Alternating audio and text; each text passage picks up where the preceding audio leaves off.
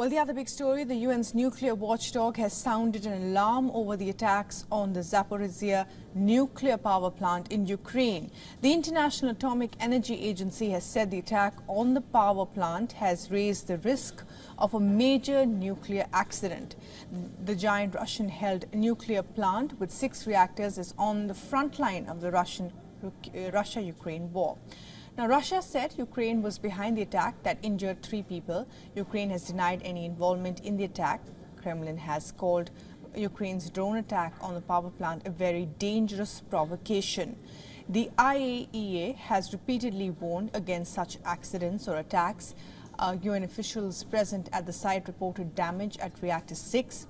The IAEA's chief said there were 3 direct hits to the structure. She said Sunday's drone strike was reckless and a major escalation of the nuclear safety and security dangers facing the plant. Meanwhile, Ukrainian President Zelensky has expressed concern over his country's worsening situation in the battlefield. In the latest warning, Zelensky has said Ukraine will run out of air defense missiles if Russia continues to hit his nation with long-range missiles. Zelensky says he's awaiting the approval of U.S. aid packages that are stuck in Congress since last year. The current intensity of Russian airstrikes is quite high.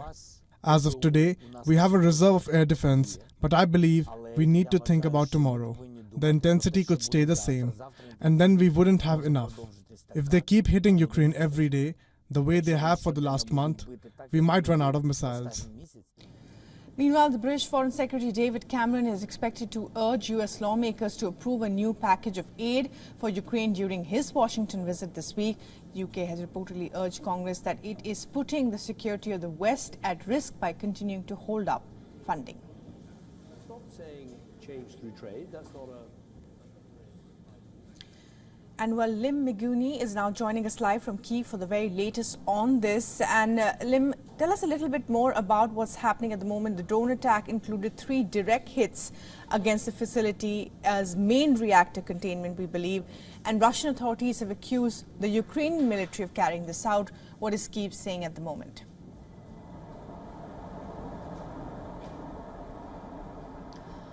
Well, that's right. So far, we do not know who was behind the attack against the Zaporizhzhia nuclear power plant. And as you said, both Russia and Ukraine has been directing blame at each other. And Russia has accused the Ukrainian military of carrying out this drone attack against the Zaporizhzhia nuclear power plant.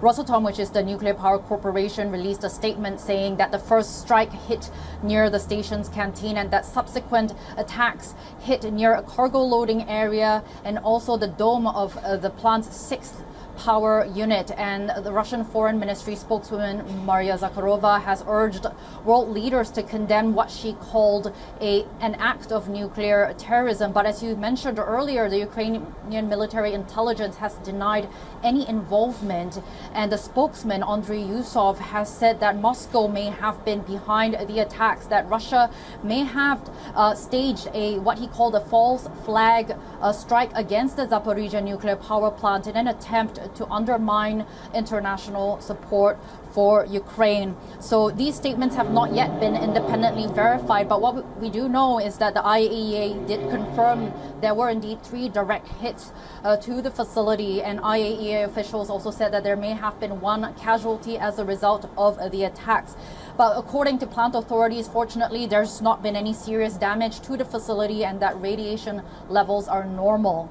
Now, the head of the IAEA, Rafael Grossi, however, did condemn the attack, saying that this was a serious incident and it really significantly raised the risk of a major nuclear accident.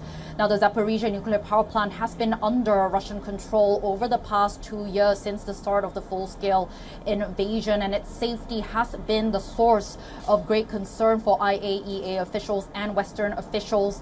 Russian forces have been controlling it over the past 2 years, and it's also close to the front lines, meaning it has been in the crossfire of the ongoing fighting. Right. And we've also seen reports that Ukrainian employees working there have been coming under abuse and intimidation, and UN inspectors have also found landmines being installed around the vicinity of the plant.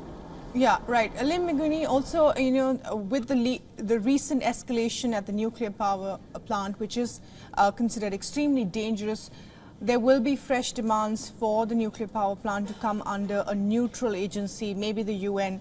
How well is Russia or Kyiv likely to take that?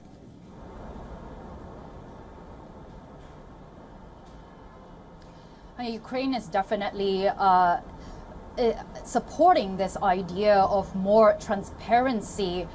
This nuclear power plant, as I mentioned earlier, has been placed in such a precarious, dangerous position since Russian forces took control of it. And as I mentioned earlier, Ukrainian employees there have reportedly said that they have come under abuse and intimidation by Russian forces, and the UN has also documented landmines being installed around the nuclear power plant. And as I mentioned earlier, this power plant, which is located near the front lines, have come under the crossfire of the ongoing fighting. So of course it is in the interest of Ukraine to have more transparency and have more officials enter this nuclear power plant to monitor the situation there.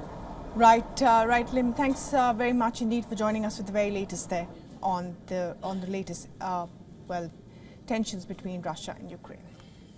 For all the latest news, download the WION app and subscribe to our YouTube channel.